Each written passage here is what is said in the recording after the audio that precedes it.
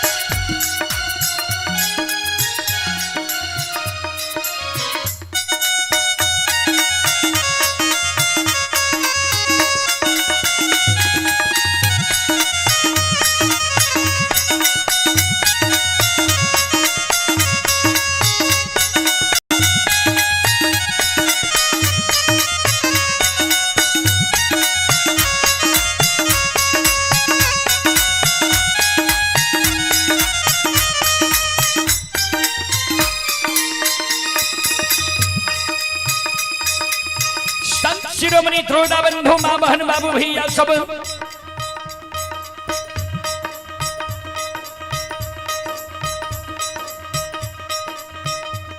जय न मालत लिहुक के घर आंगन बुहारे। घर आंगन बुहार के मालत बोटरन के डिरहिया पर जमा क्या दे छे, बोटरन के कूरी लगा दे छे। जय न मालत घर आंगन बोहर के डेढ़िया पर जमा करे, बोटरन के कूरी लगावे। ता तक में मालत के सासू जी यानी बूढ़ी माँ के नींद टूट जाए छे। मालत के सासू जी जा आंगन जाए, आंगन में मालत के व्यवहार के देखें। मालत के व्यवहार देख के मालत के सासू जी के, मालत के सासू जी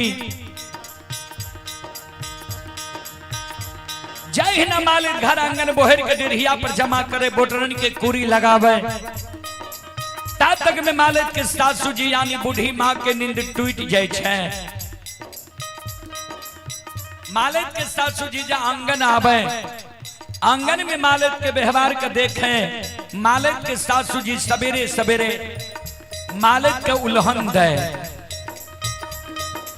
उपराग दे। मालत के कहे गे धोछी गेल छहिया,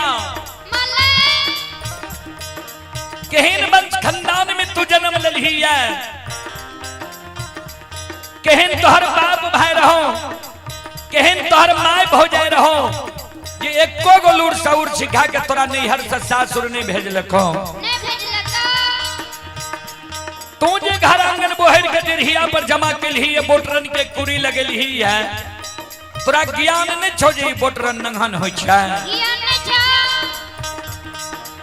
जेहने लच चाल व्यवहार तू नैहर में चले रहे, ओहने लच चाल व्यवहार तू सासुर में चले लागले हैं। लक्ष निदान के उल्हन उपराग बाबूजी सवेरे सवेरे मालिक के सासू जी मालिक के आंगन में दे रहे हैं। ध्यान से सुनबे।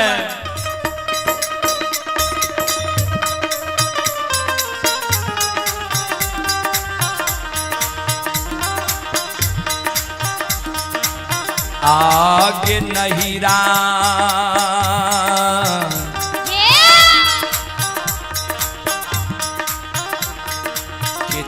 बिगड़ल छा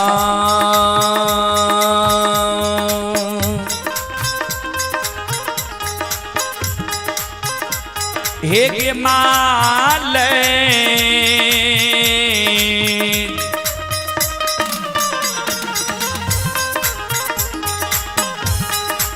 पुतहु ससुरबा में अलछ छो बेहवार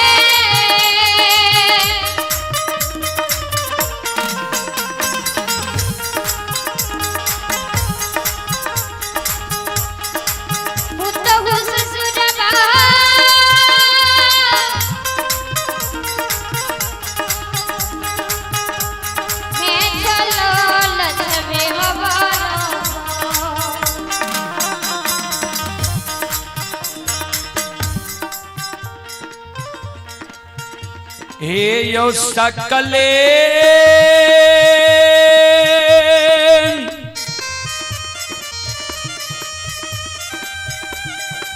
समाज बाबा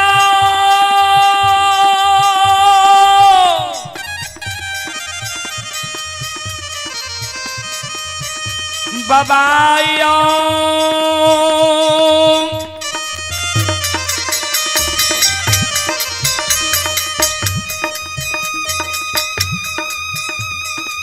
ये शक्ति स्वरूपा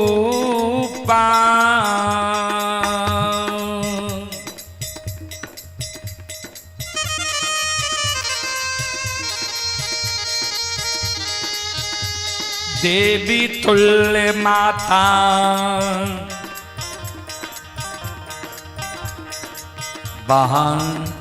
बहन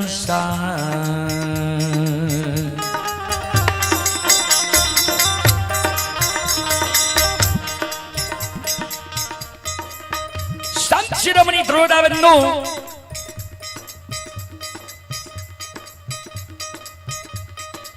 मालत का जिस 700 मान लक्ष्य निदान के उल्हन उपराग दे रहे 700 मां के उल्हन उपराग सुन के मालत के आंख से आंसू गिरे लागले जार बेजार मालत 700 मां के चरण में गिर के खाने लागले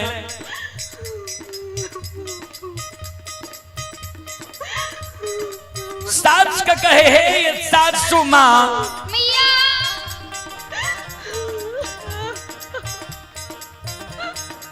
किया हमरा नैहर के उकटे छिया, किया हमरा भाई बाबू के गाली दे छिया, किया हमरा माँ भाभी के उल्हन उपराग दे छिया। ए सासू माँ,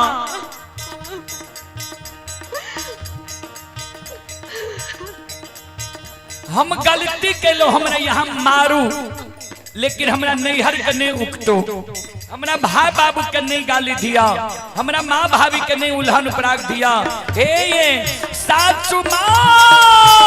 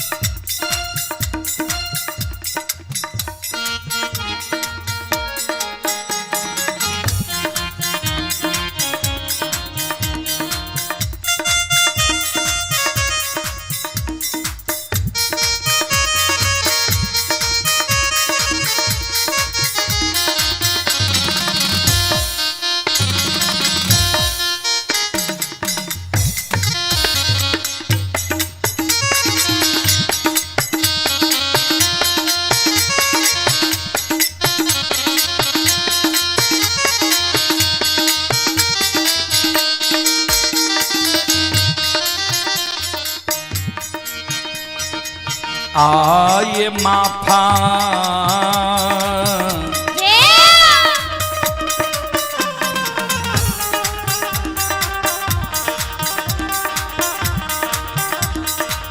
करियो माफा,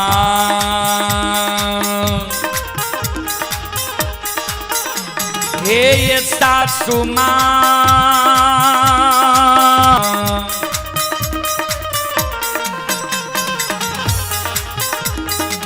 माता जी का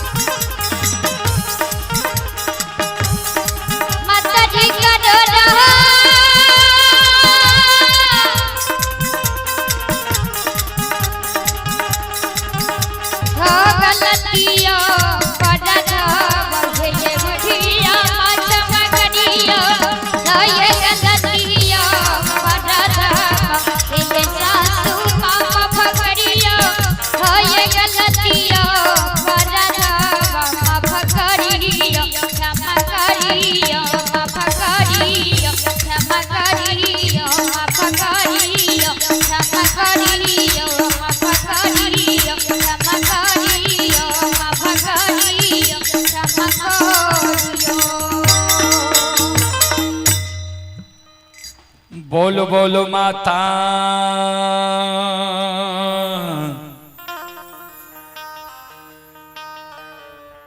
भगवती महारानी की। चलें पुरस्कार की ओर। आप हैं आजाद यादव। श्रद्धालु की ओर से श्रद्धा के साथ बड़े उदार दिल से 101 रुपए के पुरस्कार आए हैं। श्रद्धालु को बहुत बहुत धन्यवाद, लाख लाख शुक्रिया, बहुत बहुत साधुवाद। जय हो दानी श्रद्धालु की जय हो, जय हो दानी श्रद्धालु के समस्त परिवार की जय हो। चलो आप लोग जो यह कार्यक्रम अभी सुन रहे हैं, यह कार्यक्रम रूदल पजियार यूट्यूब चैनल व रूदल पजियार फेसबुक पेज पर यह कार्यक्रम अभी लाइव चल रहा है। जो देश विदेश तक का लोग यह कार्यक्रम अभी देख रहा है, यह कार्यक्रम का लुत्फ उठा रहा है। जो भी हमारे श्रद्धालु यूट्यूब चैनल व फेसबुक पेज से अभी जुड़े हुए हैं, देख रहे हैं, सभी को बहुत बहुत धन्यवाद, लाख लाख शुक्रिया, बहुत बहुत साधुवाद।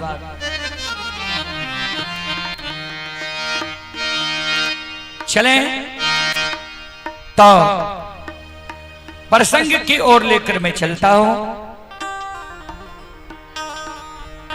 प्रसंग में मैं आप सबको अंदु बाबा का प्रसंग आज सुनाने का प्रयास करता हूं।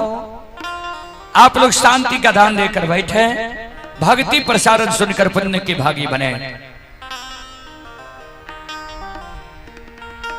श्रोता भगवान यो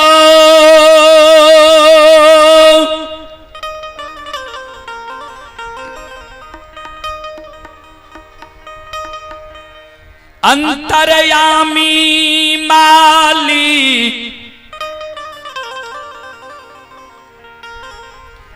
ठाकुर जी धर्मराज बाबा के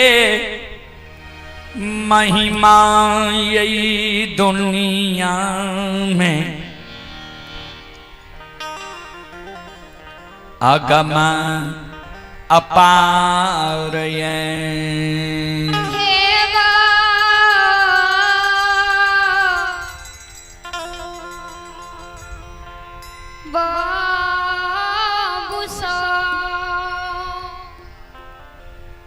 श्रोता बंधु, भगवान ठाकुर जी के महिमा इस दुनिया में अगम अपार है। भगवान के महिमा अगम अपार, कोई पावे न पार, गुण गावे हजार। धर्मराज बाबा 4 गो पंजियार बने लिखे। सबसे पहले ज्योति बाबा के भक्ति के कारण, दोसर में उदय बाबा के गहवर में सांझ पड़े के कारण, तेसर में अंदु बाबा के यानी अंदु मालाकार के गहवर में फूल चढ़े के कारण।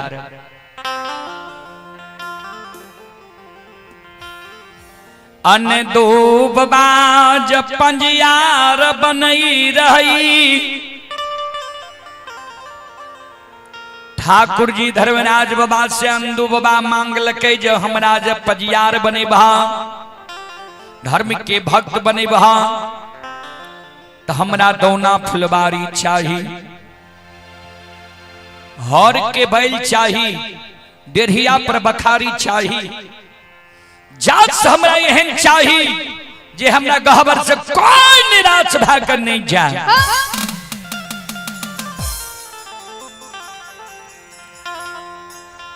अंधा के पांदी आंख से सूझे लागे, बहिरा के पांदी कान सुने लागे, कोरिया के पांदी काया सुंदर भेजा, बांझी के पांदी कोई से बेटा बेटी हुए, मरोछरी के पांदी आंचर खुल जा, लुल्हा लंगड़ा हमरा गहवर हौसलावे, लुल्हा लंगड़ा के हम लुल्हा लंगड़ा पर अच्छत छीट दी, लुल्हा लंगड़ा हमरा दरबार से हाइस के जाए। धर्मराज बाबा कल के ठीक छे, जा तक तू सत्य धर्म पर रहबो ता तक तोहर वचन पूरा हेता। बाबूजी अंदू बाबा के गहबर अरदसिया आवे लागले, पूजा करे लागले। धीरे धीरे अंदू बाबा के लोभ जाग गए। धन संपत्ति के कमी नहीं रहले। पूजा पाठ पर से अंदू बाबा के मन धीरे धीरे हटे लागले। धन संपत्ति जोरे में मन लग गए। भगवान अंदू बाबा के गौरव गुमान के तोड़ दिलके। दौना फुलबारी के सुखा के पतझार बना दिलकई। दौना फुलबारी सूख के पतझार भै गए। हर के बैल हरखित बन जंगल में शैला बाग भै गए। बखारी डेढ़िया पर से बिला गए। नहीं रहे के लिए घर रहले, नहीं तन पर सुंदर वस्त्र रहले। अंदू बाबा के समय बिगड़ गए। अंदू बाबा के अपना भगवान उमता बताह बना दिलके। दिन दुनिया बिगड़ गए। बाबूजी कोई व्यक्ति बलवान नहीं होई छे, समय बलवान होई छे। समय जयन दूबा के बिगड़ गई। अरदसिया ऐनाए बंद भै गई। दल फूल ऐनाए बंद भै गए। कोई अंदू बाबा के दुआर नहीं आवे। कहावत ये जे छुछा के पूछा। क्या अंदू बाबा के नहीं रहे के लिए घर रहले, नहीं खाए के लिए अन्न रहले, नहीं तन पर सुंदर वस्त्र रहले। तो के अंदू बाबा के द्वार अते। माए भगवान के सुमरन करई कानई भगवान हो। कौन गलती के ई सजा दिल हो ये हमरा ए मुकम्मा नगरी में। बाबूजी कवि लिखनी है। कबीर बाबा के बीजक में कवि लिखनी है। सत्य बराबर ताप नहीं,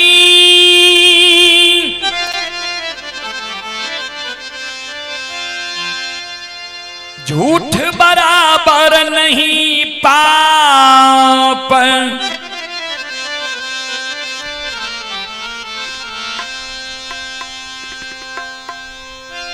जाके हृदय साच है,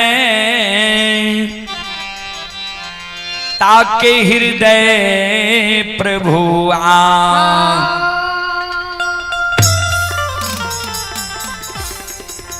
साच बराबर तप नहीं। जे साच बोले छे वही सत्यवादी से बढ़ के कोई जप तप यज्ञ प्रयोजन नहीं छे। झूठ बराबर नहीं पाप। जे झूठ बोले छे वो झूठा से बढ़ के कोई पाप नहीं छे। जकर हृदय साच छे ओकरे हृदय में भगवान छे। ओकरे मुखार वृंद से जब कोनो शब्द निकल जाए छे सत्य भै जाए छे। संत शिरोमणि श्रोता बंधु आधारा माँ के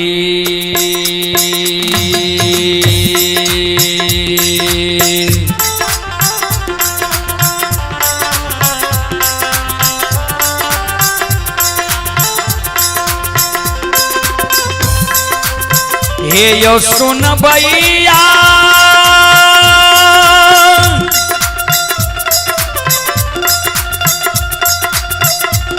आयो धारा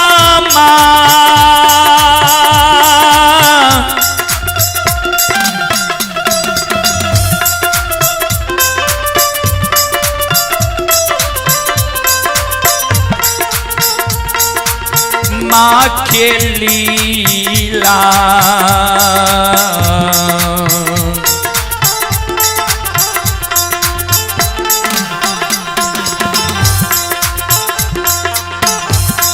अपार छैयो सोनबैया बाबा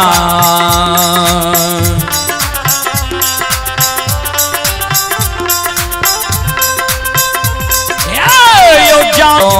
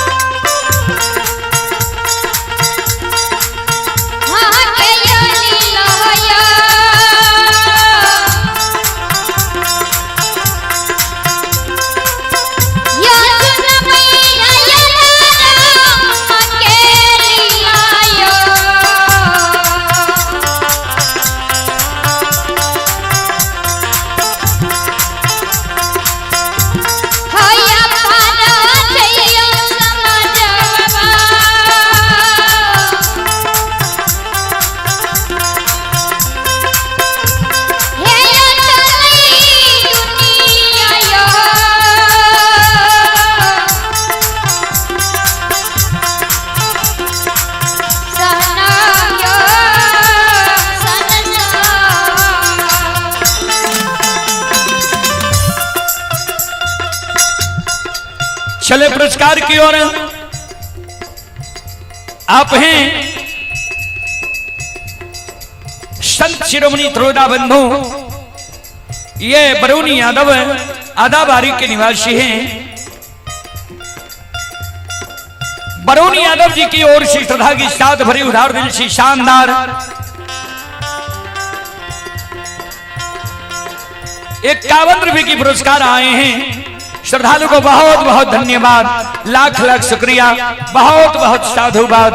जय हो दानी श्रद्धालु की जय हो, जय हो दानी श्रद्धालु के समस्त परिवार की जय हो।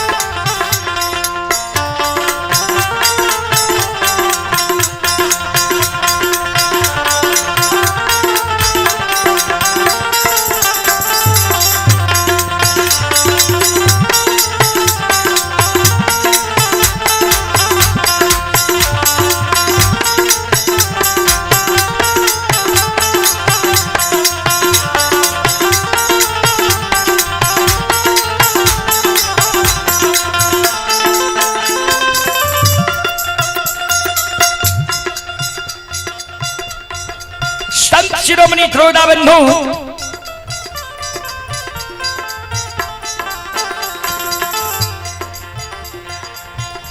मानव के मन जब छोट होई छै ने,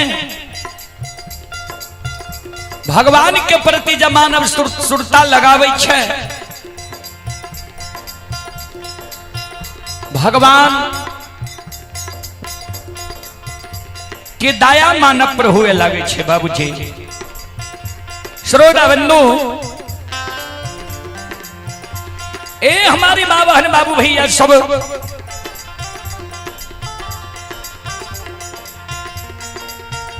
भगवान के कृपायन दूब बापा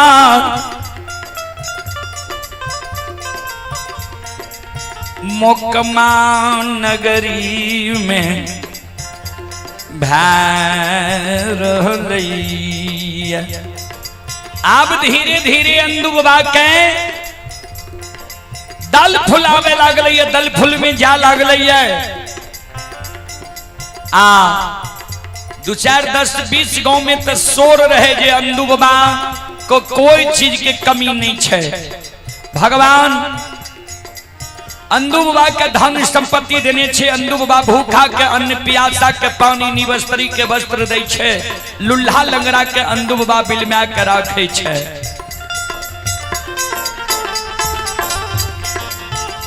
अंदू बाबा के द्वार भूखा लंगा भूलल भटकल चल आवे। अंदू बाबा के माँ सबके भोजन करावे, सबके व्यवस्था करे। ध्यान देवे अब कोई समाज के माए बहन अंदू बाबा के माए के पे सुधार नहीं दे। ध्यान देवे संत शिरोमणि श्रोता बंधु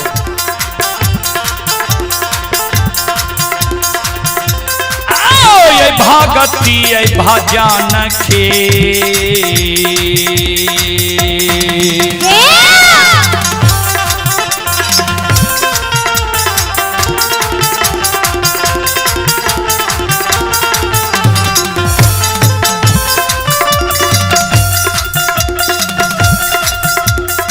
यो सुन भैया यो भगती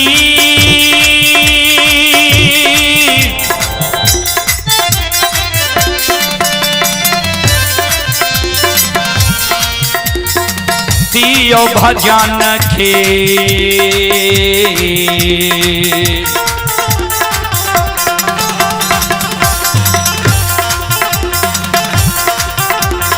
रसिलवा छियौ ठाकुर जी आओ बाबा दुलारुआ हो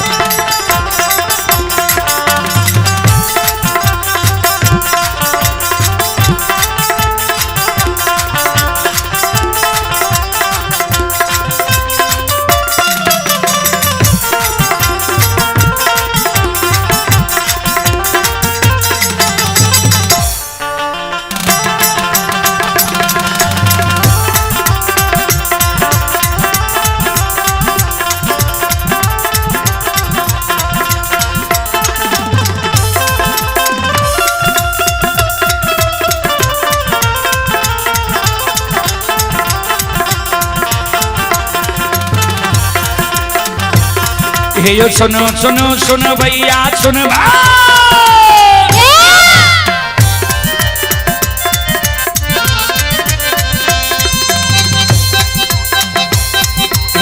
सुनो सुनो सुन भैया सुन भै यो गवैया बज भैया सुन भै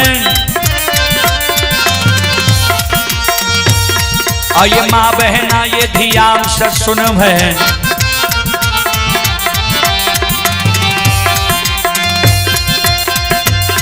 और ये धर्म की बात प्रेम से सुन भै हे मालिक के लीला का सुन भै बरबर लीला घुसैर चल गए माया लगल कैरा सर चल गए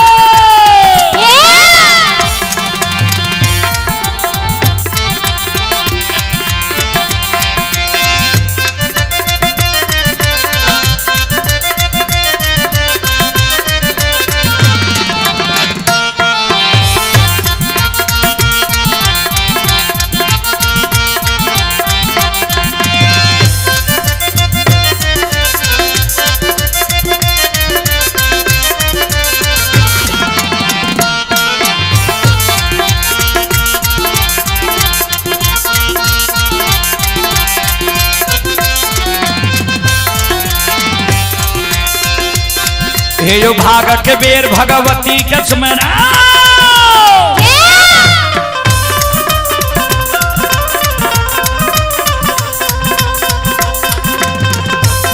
हे यो भागक बेर भगवती के स्मरण सदा भवानी जगदम्बा के स्मरण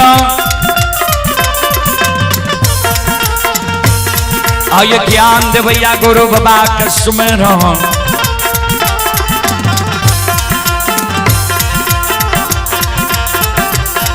आये विद्या के दाता सरस्वती के स्मरण गौरी के पुत्र गणेश के स्मरण उमापति यो महादेव के स्मरण धारे यो वीर पवन सुत के स्मरण दुर्गा काली महाकाली के स्मरण सभा के बीच धर्मराज के स्मरण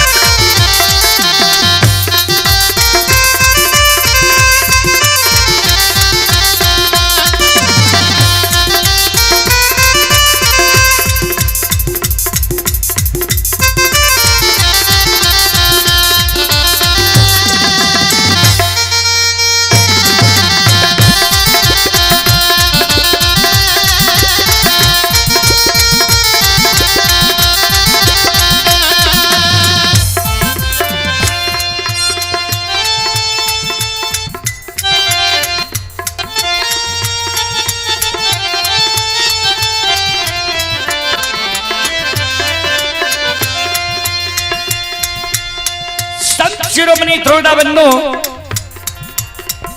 चले आप ही अनुज कुमार की ओर से श्रद्धा के साथ बड़ी उदार दिल से ऑनलाइन फोन पे के द्वारा 21 रुपए की पुरस्कार आए हैं। श्रद्धालु को बहुत बहुत धन्यवाद, लाख लाख शुक्रिया, बहुत बहुत साधुवाद। जय हो दानी श्रद्धालु की जय हो, जय हो दानी श्रद्धालु के समस्त परिवार की जय हो।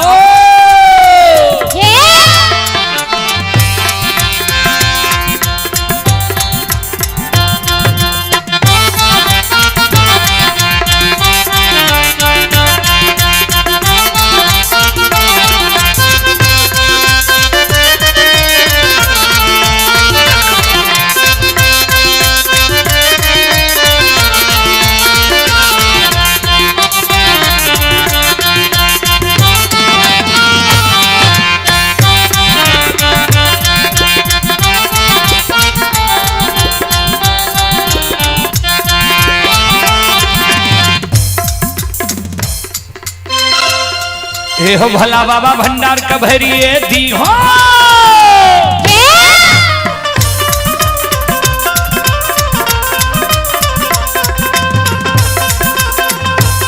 हे हो भला बाबा भंडार का भरिए दी हो, ज्ञान ज्ञान के दीप सरस्वती जल रही हो।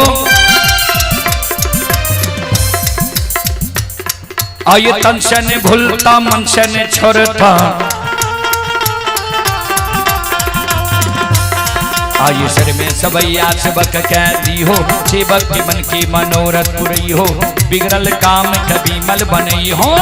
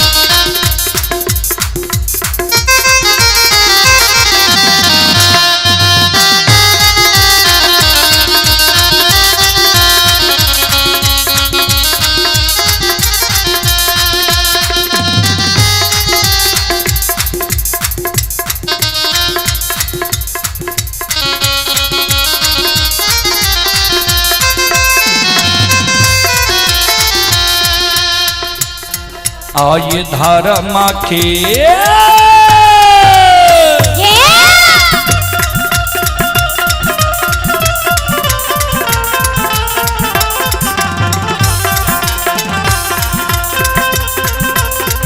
हे यो बाबा धर्म के लीला,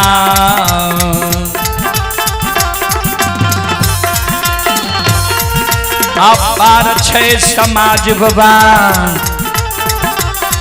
हे यो छलै दुनिया।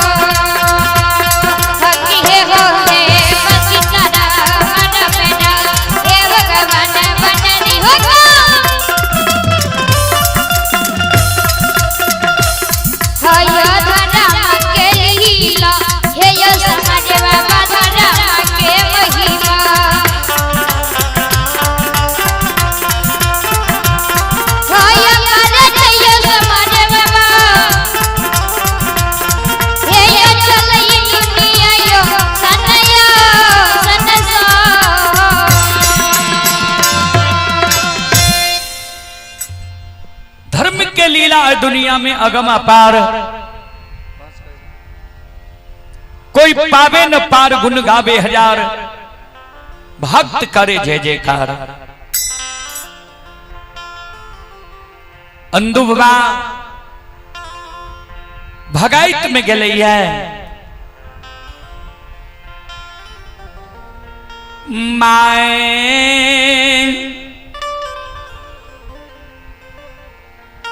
लखीमा आए मुकमा नगरी में, जार बेजार आर कानई छै। श्रोत बंधु, माँ बहन बाबू भैया सब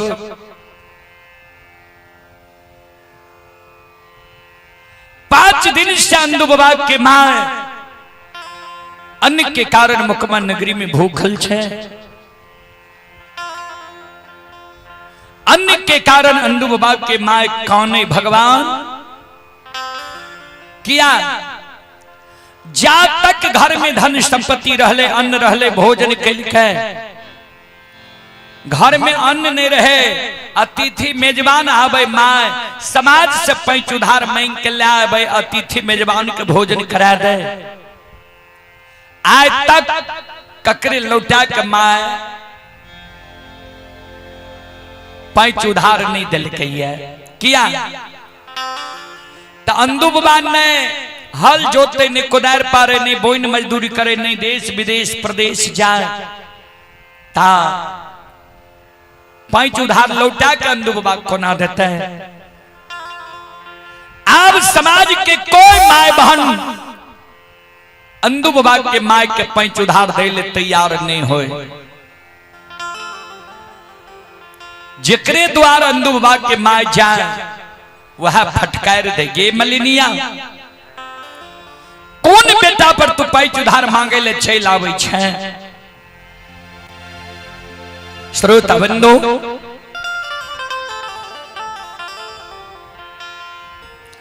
आयन दो बाबा के मां 5 दिन से भूखल माय धरती पर। पेट कुनिया देने छई माय कानई छई। भगवान के सुमरन माय करई हो ठाकुर जी।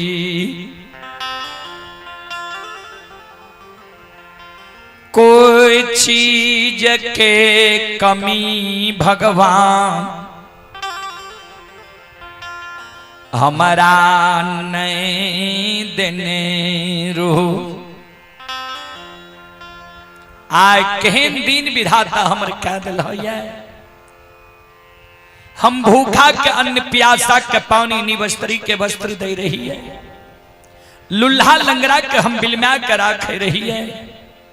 आय केहन दिन भगवान हमर कल है जे खुद हमरा घर में भोजन करे के लिए अन्न नहीं राखल। माँ अंधु बाबा के माँ जार बेजार खाने रहे। आंख से आंसू माँ के गिरे रहे। माँ भगवान की सुमरन करे रहे। हो भगवान आके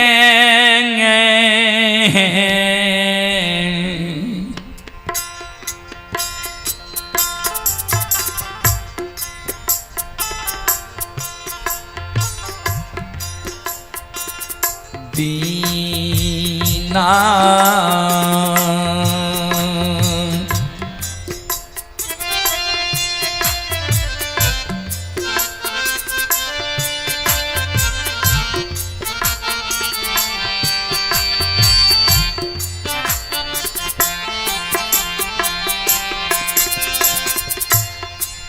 आहो कैल हो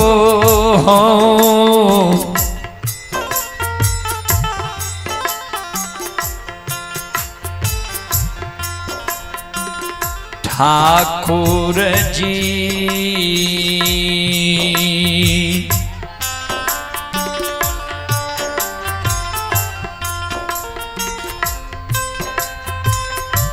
बाबा मोकामा हो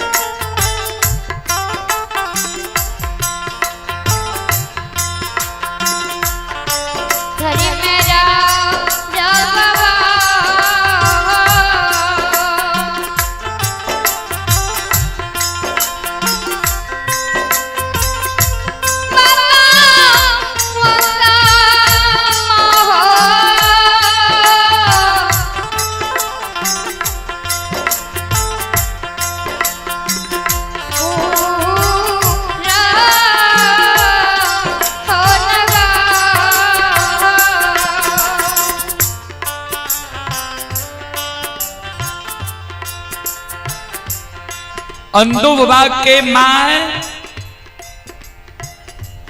पेटकुनिया देने रहे।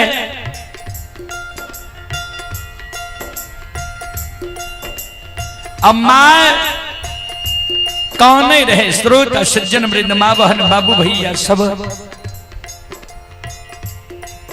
माँ के आंख से आंसू गिरे रहे। अब माँ कौन है,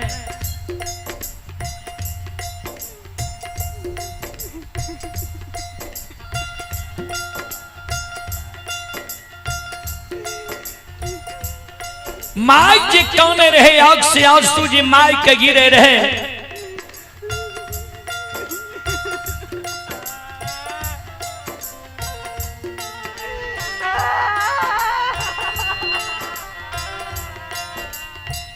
स्रोत सज्जन वृंद माँ बहन बाबू भैया सब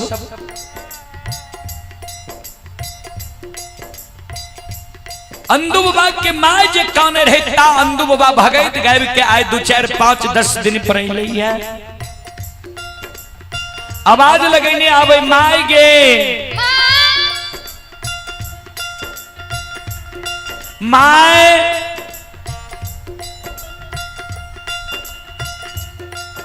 जहिन अंदू बाबा आंगन आवे छे माय घर में पेटकुनिया देने कौन है।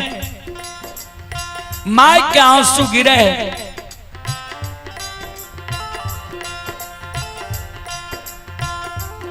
अंदू बाबा कल के की भेलो किया कौन छे। माय कौन रे दुश्मन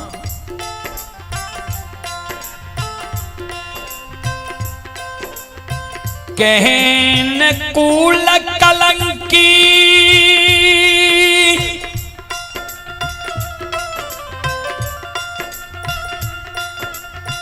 आभागा बेटा तू हमारा कोई खस है।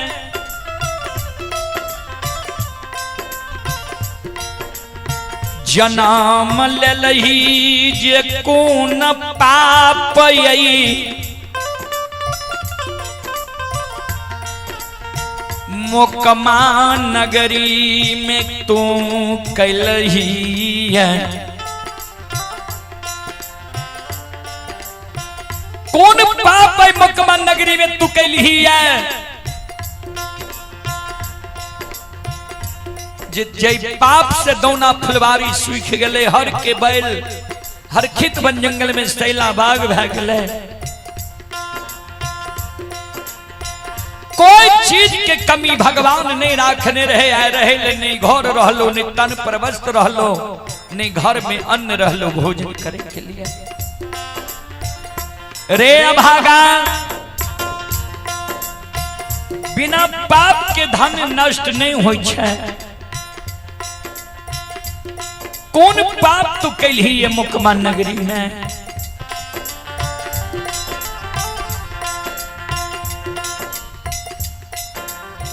की के कार तू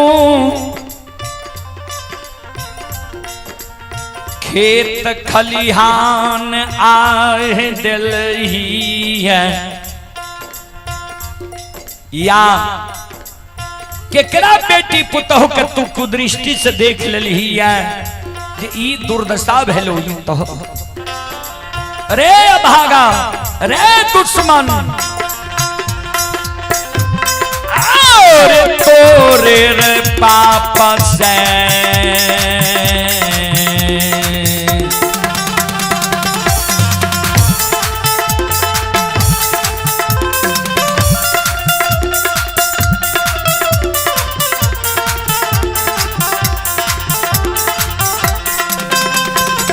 रे दुश्मन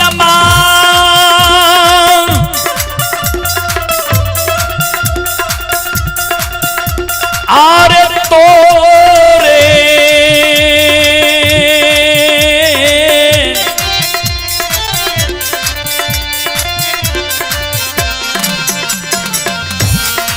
रे रे पाप से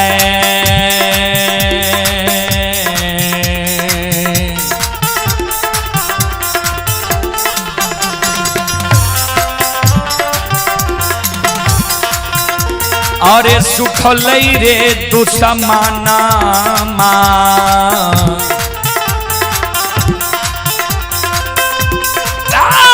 सुखलई दाऊना रे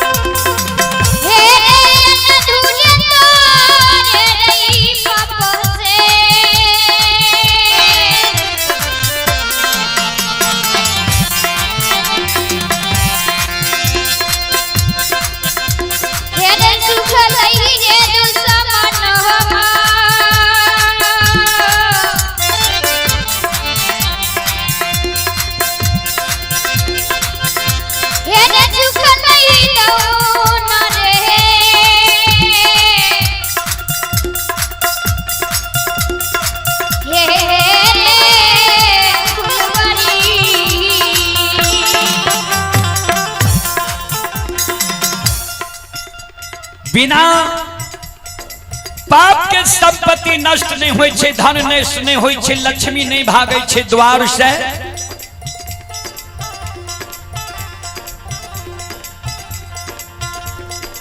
तोरे पाप से दोना फुलबारी सूख गलैया। कौन पाप भागा तू कलही अंधु बाबा के माय अंधु बाबा के उल्हन उपराग दे ध्यान दबे।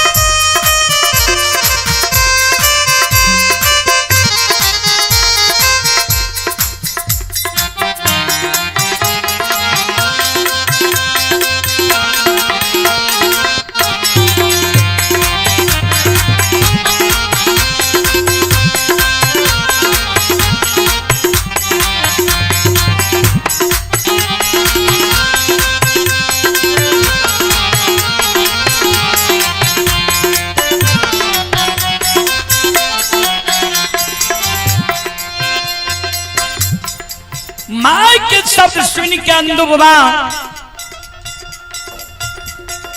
माय के कहे हे गे माँ हमरा तू कलंक लगबै छी माँ, जे तोरे पाप से दोना फुलबारी सुख लोया। ई जो तू हमरा पाप लगबै छी माँ,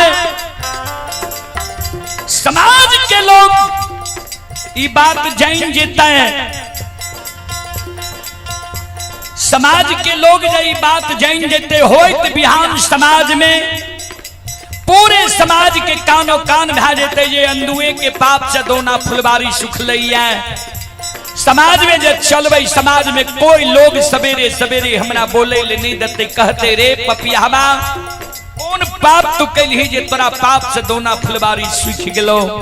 ने रहे के लिए घर रहलो, ने तन पर वस्त्र रहलो, ने देहिया पर टाट रहलो। जाई कलंक माय हमरा दै छी, कलंक लगबै छै त आबै दुनिया में हम जिंदा रह के की करबै। तू नहीं कलंक लगबै छै, ठाकुर जी धर्मराज बाबा साक्षात हमरा कलंक लगबैया।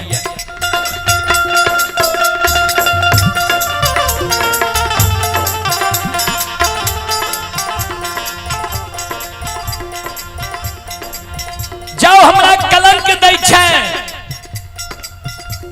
गहबर घर में हम जाके केबाड़ लगा के सुत रहे छियो, अंजल त्याग देबो, प्राण के हम छोड़ देबो। अब एक कलंक के भागी मां हम नहीं बनबो। तोरा शपथ छो जे माय तू गहबर के केबाड़ के नहीं खोली है, जाओ तू गहबर के केबार के खोल दबी हे मां ये मार ले गई मालिया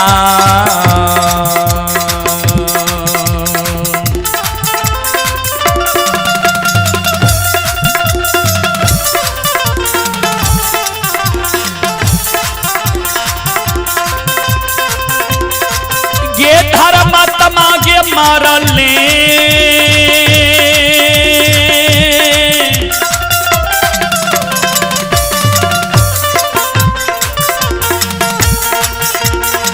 ले गई मालिया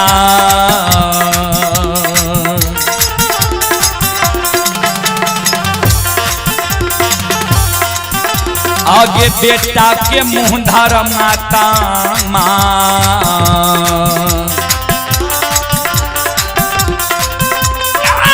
देख में मौका मांगे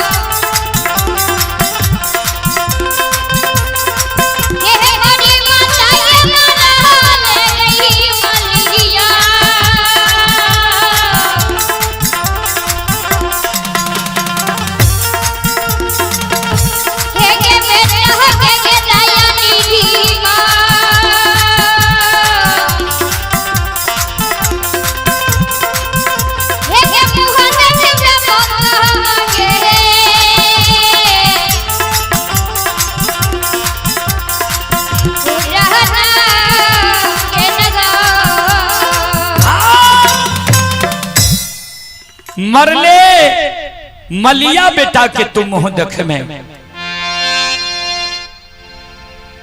इतना कोई शब्द कह के अंदुभवा घर में जाके गहवर के घर में जाके गहवर के केवाड़ लगा लेके कूस के चटाई पर पेटकुनिया दाग के काने ठाकुर जी धर्मराज बाबा के सुमरन करे हो ठाकुर जी आ हमरा कलंक के जल लगा दिल हो तो अब ए दुनिया में हम बैठ के की करब।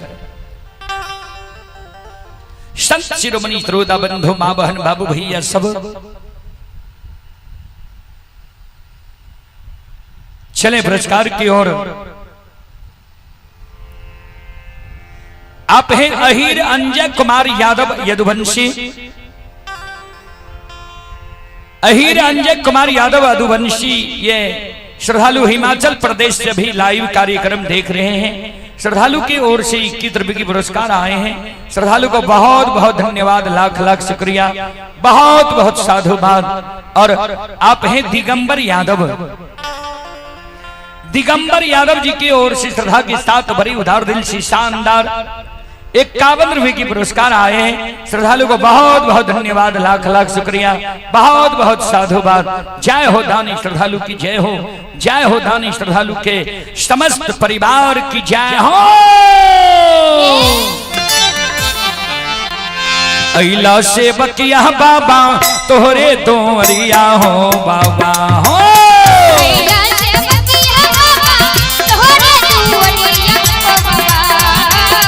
अइला सेवकिया बाबा तोहरे दोरिया हो बाबा हो।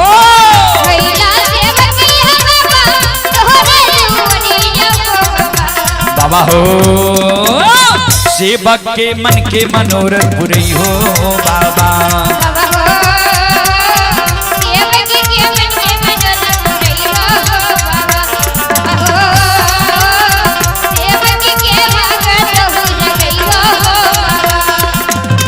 तोहरे दोरिया में अइला पोजरिया हो।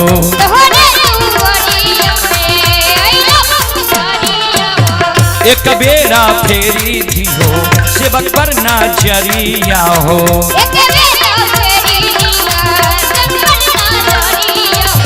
फेरो सैता सेवक तोहरे दोरिया हो बाबा हो।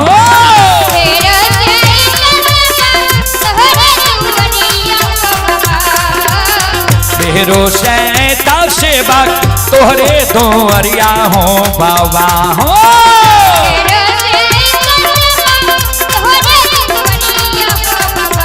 बाबा हो सेवक के बिगड़ी काम बनी हो बाबा।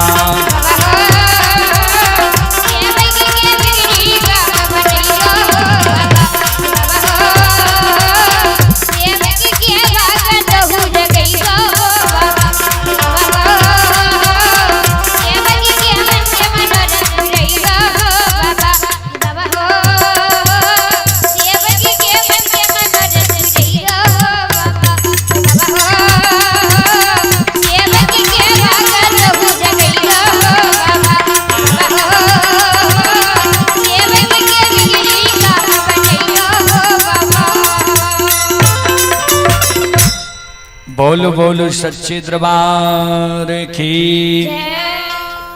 संत शिरोमणि श्रोता बंधु माँ बहन बाबू भैया सब अंधु बाबा गहवर घर में जाकर काने आंख से आंसू अंधु बाबा के गहवर घर में गिरे। गहवर के वो सार पर माय काने हो ठाकुर जी हो धर्मराज बाबा। एक गो बेटा यही दुनिया में दलहा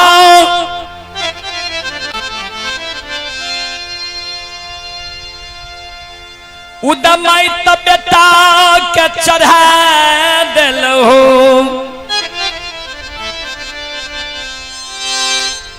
ठाक के धर्म के भक्त पजियार बना लेल हो जय कारण। आय बेटा के हम उल्हन उपराग दिलिए। बेटा गहवर घर में केबार लगा के सुत गलैया। अन्न जल त्याग दिलकै। हमरा शपथ दे दिलकै जे गहवर के केबार जे खोलबही त मरल मलिया बेटा के मुंह देखे में। कहा बेटा हमरा अन्न जल त्याग देते त कोना मुकमन नगरी में हमर गुजर छै। के कार मुँह देख मुकमान नगरी में हम रहबई।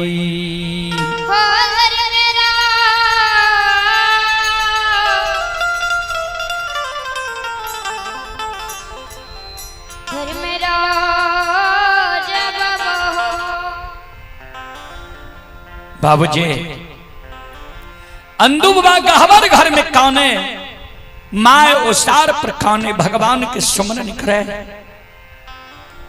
बाबूजी मानव जो सच्चा हृदय से भगवान के सुमरन करे छे ने। भक्त जब भगवान के हृदय से सुमरन करे छे भक्त भगवान के पुकार करे में देर करे छे भगवान आवे में देर नहीं करे छे।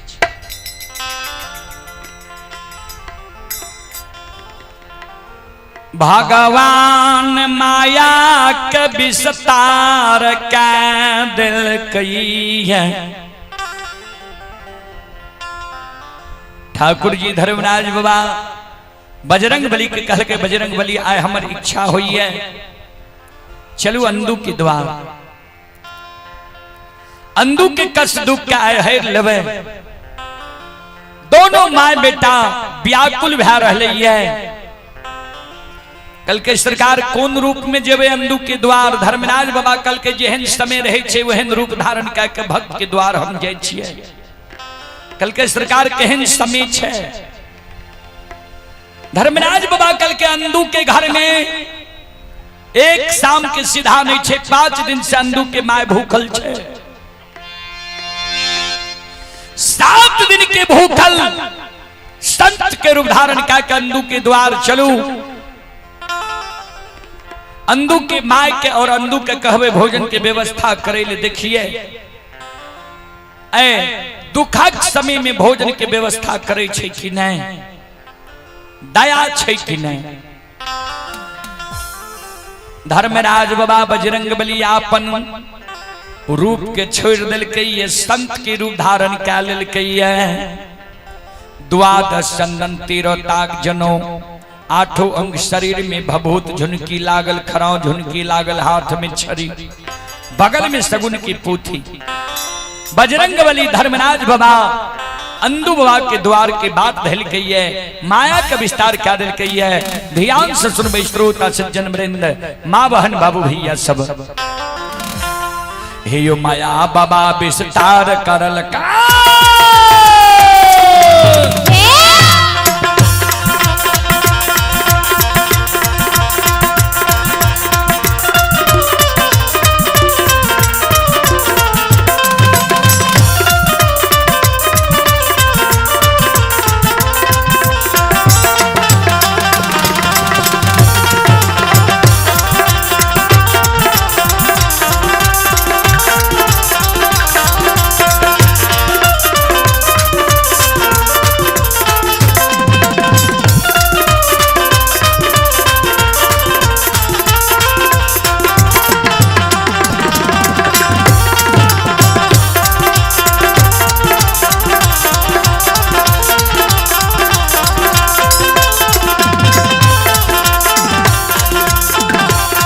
हे यो माया बाबा विस्तार करल का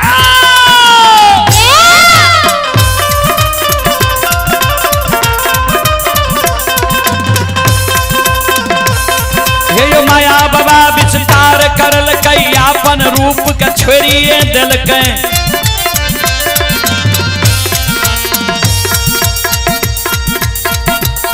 हे हो संत के रूप धारण करल के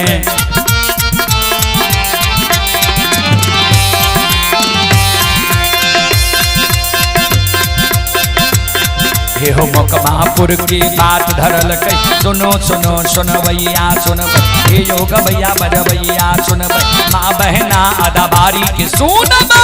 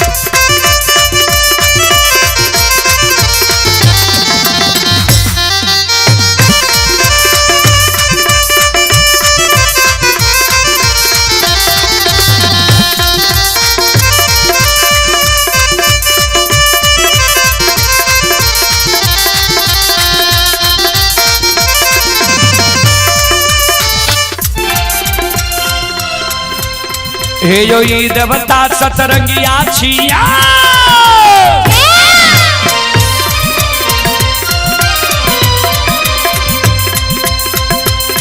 हे यो ई देवता सतरंगिया छिया ई देवता अठरंगिया छिया हे यो ई देवता नौरंगिया छिया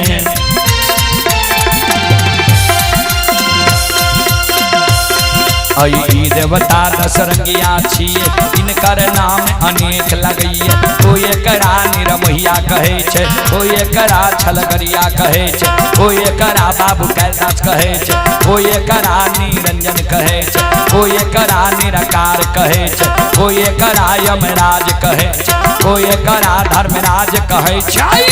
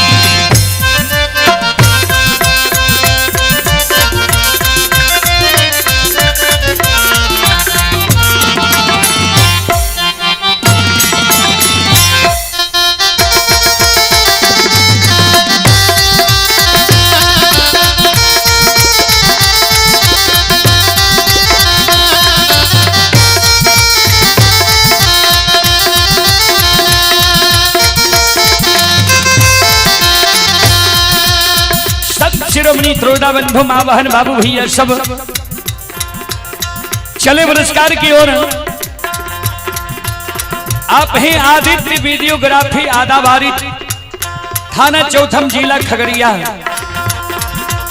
आदित्य वीडियोग्राफी की ओर से श्रद्धा की साथ बड़ी उदार दिल से शानदार 51 रुपये की पुरस्कार आए हैं। श्रद्धालु को बहुत बहुत धन्यवाद, लाख लाख शुक्रिया, बहुत बहुत साधुवाद। जय हो दानी श्रद्धालु की जय हो, उनके समस्त परिवार की जय हो। और आप हैं राम पुकार कुमार यादव, हिमाचल प्रदेश से यह श्रद्धालु अभी लाइव देख रहे हैं। श्रद्धालु की ओर से शानदार 11 रुपये की पुरस्कार आए हैं। श्रद्धालु को बहुत बहुत धन्यवाद, लाख लाख शुक्रिया, बहुत बहुत साधुवाद।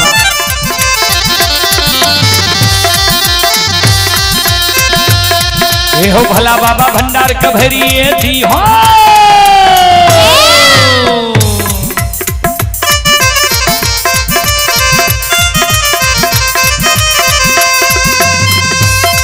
हो भला बाबा भंडार कभरिए दी हो, ज्ञान के दीप सरस्वती जलई हो। आयो तन से ने भूलता, मन से ने छोड़ता,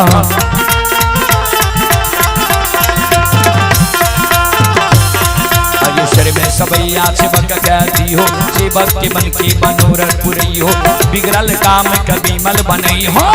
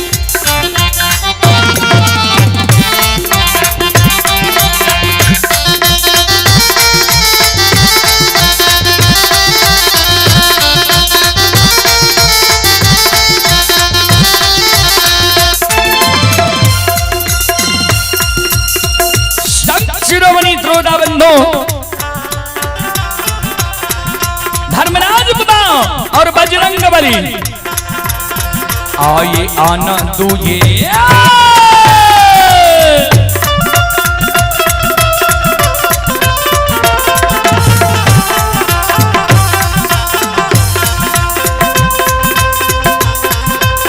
हे विधाता यान तू दुआर पार,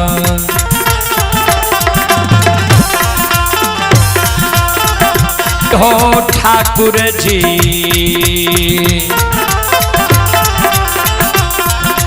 दैव दरो माता।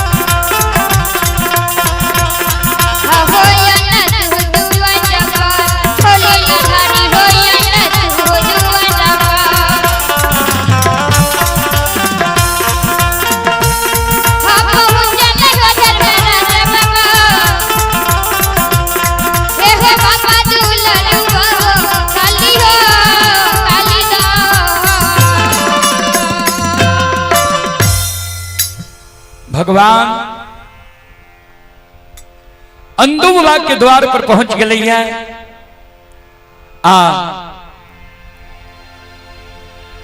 आसन लगा दिल के अंधु बाबा के द्वार पर बजरंग बली के कल के बजरंग बली आवाज लगइयो। बजरंग बली के कल के सुनो, अंधु के घर में आए भोजन करे के लिए अन्न नहीं है। आवाज जब लगेबे तो भक्त अंधु कह के आवाज नहीं लगइयो, आए दानी अंधु कह के आवाज लगइयो।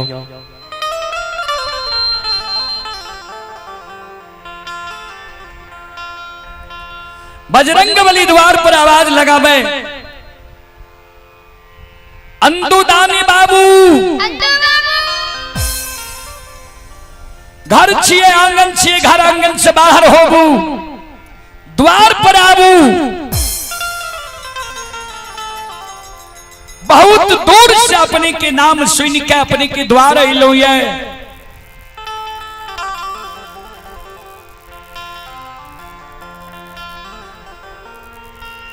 धर्मराज बाबा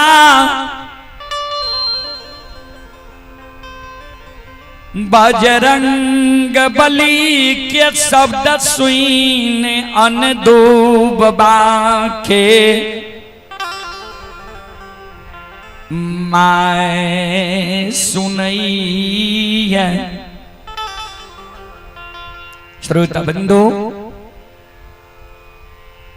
अंधु बाबा के मां ठाकुर जी धर्मराज बाबा और बजरंग बली के शब्द सुन लगे अंधु बाबा के मां मन में सोचे जे ई अपना दो चार 10 गांव बगल के समाज नहीं छी, दूर से कोई अतिथि मेजबान हमारा द्वार पर आलिए किया। अगल बगल 10-20 गांव के लोग जो रहती है हमारा दीन से सब परिचित है, हमारा समय से सब परिचित है कि अंधु दीनहीन भाग लिया दानी कह के हमारा बेटा के सोर पारी है। एक मतलब छे जे हमारा समय से अवगत नहीं छे। बाबूजी, श्रोता बंधु,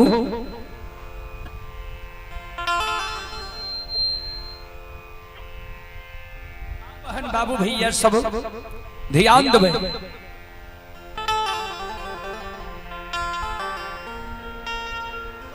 माई बात सुन के द्वार पर आबई छई,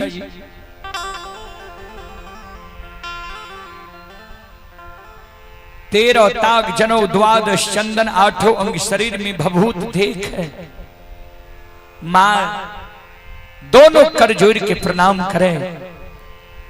संत भगवान के कहे, संत भगवान कते दूर से अपने लिए की स्वागत कल जाए।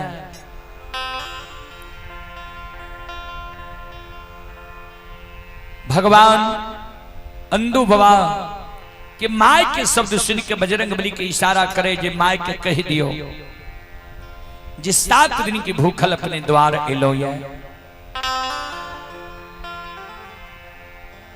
बजरंग बली अंधु बाबा के माय के कहे, माता राम 7 दिन हमारा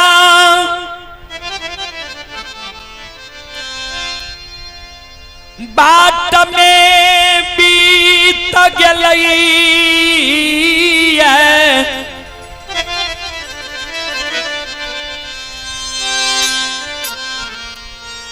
आठम दिन उपासल अपने के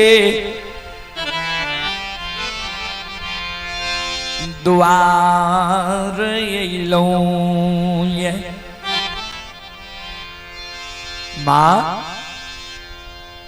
माता राम अन्न के कारण हमारा आत्मा व्याकुल है, प्राण लागई छूट जात। आ विधाता यहाँ के द्वार के हमरा भोजन लिखल के यहाँ अंदू के माय छी। कल के हाँ बाबा, कल के आए अंदू के हाथ से जो हम भोजन खा लेवे हमर पार्वन सफल भै जेते, व्रत सफल भै जेते। माँ अन्न के कारण हमारा आत्मा व्याकुल है। आकी छू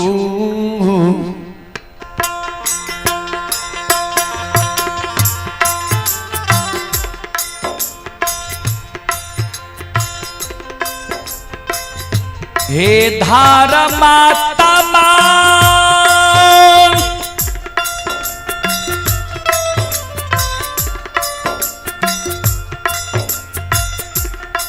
आय की छू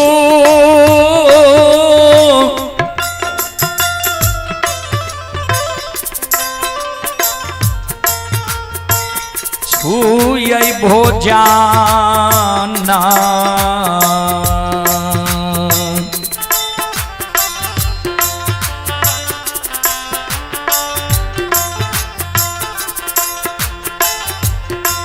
आ कराइए दिया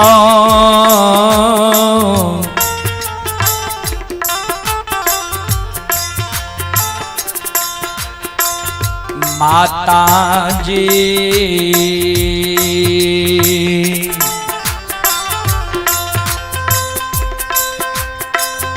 माता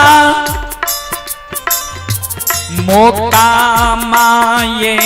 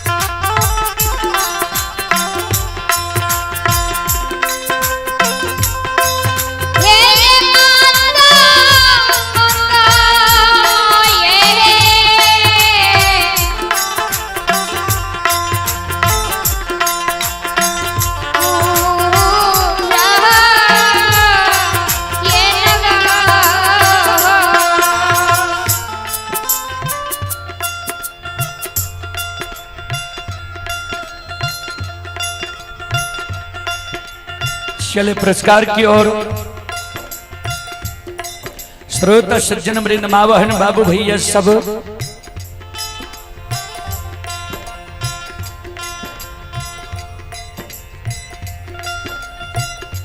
पप्पू सिंह जी की ओर से श्रद्धा की साथ बड़ी उदार दिल से शानदार 101 रुपए की पुरस्कार आए हैं। घनश्याम कुमार की ओर से ऑनलाइन फोन पे के द्वारा शानदार 21 रुपए की पुरस्कार आए हैं। और आप हैं श्रोता सज्जन वृंद माँ बहन बाबू भैया सब आप हैं खलठू महतो आदाबारी यज्ञ करता। श्रद्धालु की ओर से 101 रुपए की पुरस्कार आए हैं और आप हैं संत शिरोमणि श्रोता बंधु रविंद्र महतो की ओर से भी 101 रुपए की पुरस्कार आए हैं। भगवान श्रद्धालु के मनोकामना को पूर्ण करे। मां सरस्वती परिवार में बाल बच्चे को सदबुद्धि सद्ज्ञान दे। बाबा भोले भंडारी भंडार